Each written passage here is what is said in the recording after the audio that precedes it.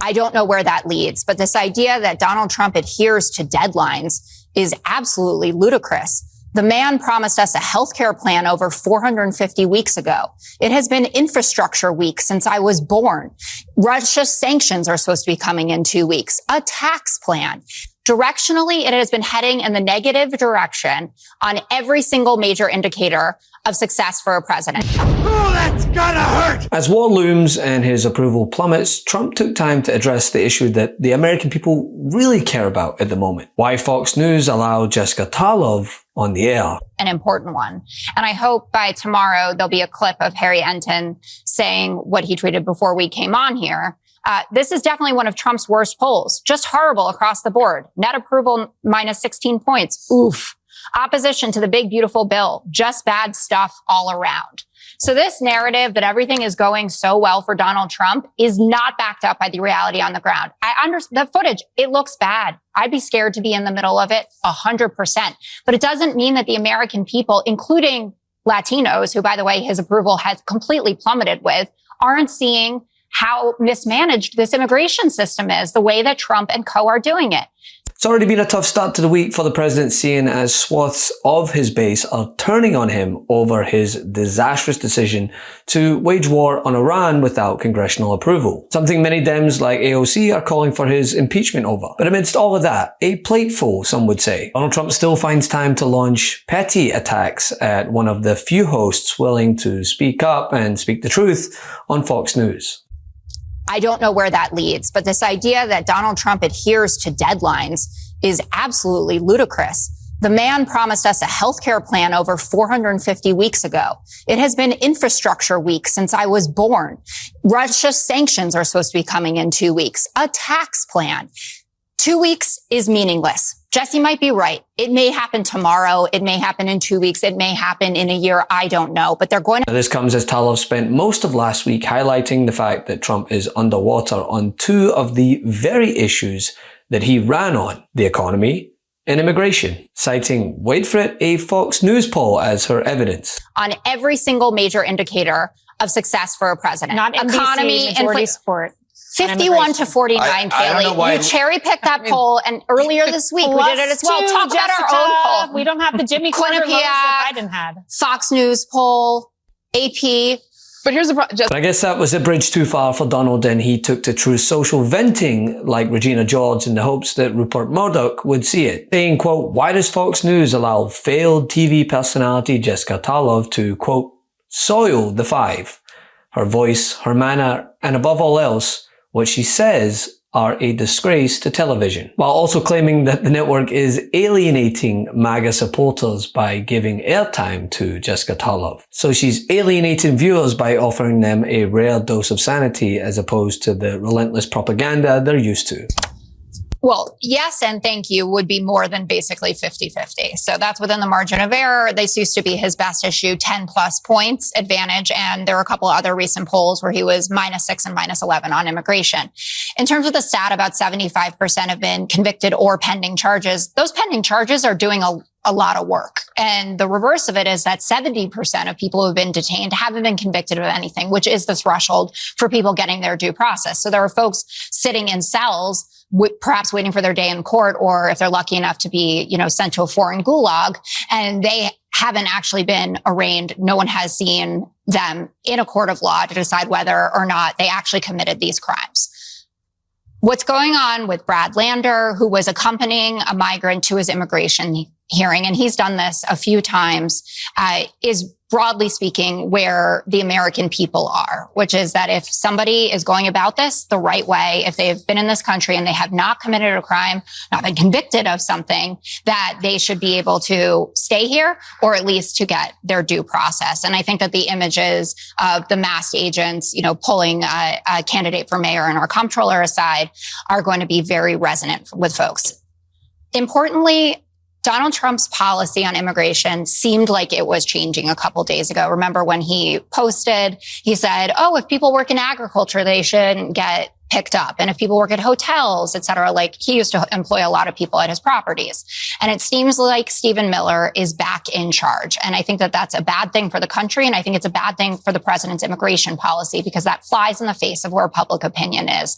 I don't know why Trump has completely ceded control to Miller in terms of this, but it's not a good look and it's not going to float well with the governors that run states that have a lot of these people that keep them in business, big agriculture states, big states with, hotels, leisure, et cetera. This is just the latest in the Trump-Fox News breakup that has taken on many a twists and turns. The president was immediate and childish when he attacked the Fox News pollster over their recent poll after she dared to conduct a poll that showed him performing terribly across the board.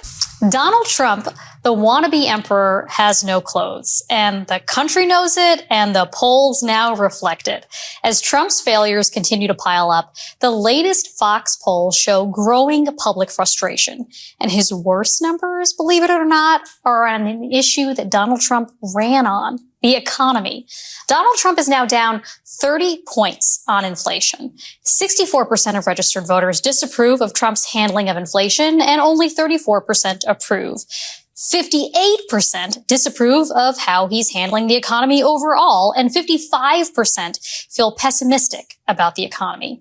Then there's Donald Trump's foreign policy ratings. 57% disapprove of his foreign policy.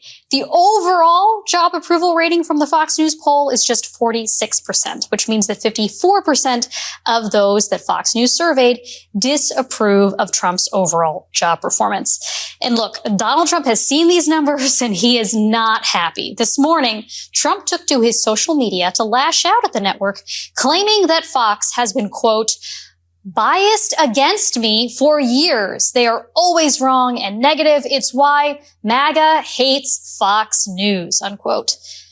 That is, news to some of us, but that is the kind of response we have now come to expect from the President of the United States. But the thing is, the panic is clear here because Trump knows that if he can't win over a Fox News audience, then it's never been more evident that there is an exodus from the MAGA contingent. Just start with you in terms of what we are hearing from people in MAGA, because there is a split.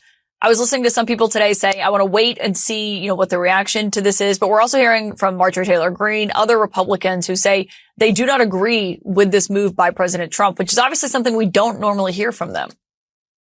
That's right, Caitlin. Yeah. And look, Steve Bannon, his podcast went live last night, streaming live after the news broke. And, obviously he had conversations that we saw and spoke about last week with Tucker Carlson, where they were very clearly saying that the US has no business, getting involved in Iran in this way. A more sort of muted, more muted Steve Bannon last night, basically, as you say, sort of saying we will wait, and see. They're hoping that this is a sort of one and done, that this is a strike and they leave it to Israel to take the fight from here. I think that we'll hear some very different insights potentially tomorrow from the likes of Steve Bannon, given Trump's Truth Social post earlier today where he did mention regime change. I do just want to show you one tweet from Marjorie Taylor Greene, who of course is a congresswoman who is one of Trump's biggest supporters. She wrote a lengthy post on X just overnight, saying, I can also support President Trump and his great administration on many of the great things they are doing while disagreeing on bombing Iran and getting involved in a hot war that Israel started. So, this is unusual in the MAGAverse, Caitlin, to see people speak out against President Trump, but as you see there, they're trying to do so respectfully at the moment, at least. Yeah. Jeff, part of their argument is that the president, today's tweeting, make Iran great again. He obviously ran on a Make America Great Again. And it becomes even more apparent when you see the likes of Tucker Carlson and Marjorie Taylor Greene distancing themselves from the table that they clamber for scraps from. Matt, I see it just as you do, and you laid that out so well. That's the America First message, but it's also the truth that the American people have woken up to. We've watched for decades propaganda news. I'll call out Fox News and the New York Post. They're known to be the neocon network news. We have propaganda news on our side, just like the left does. And the American people have been brainwashed into believing that America has to engage in these foreign wars in order for us to survive. And it's absolutely not true.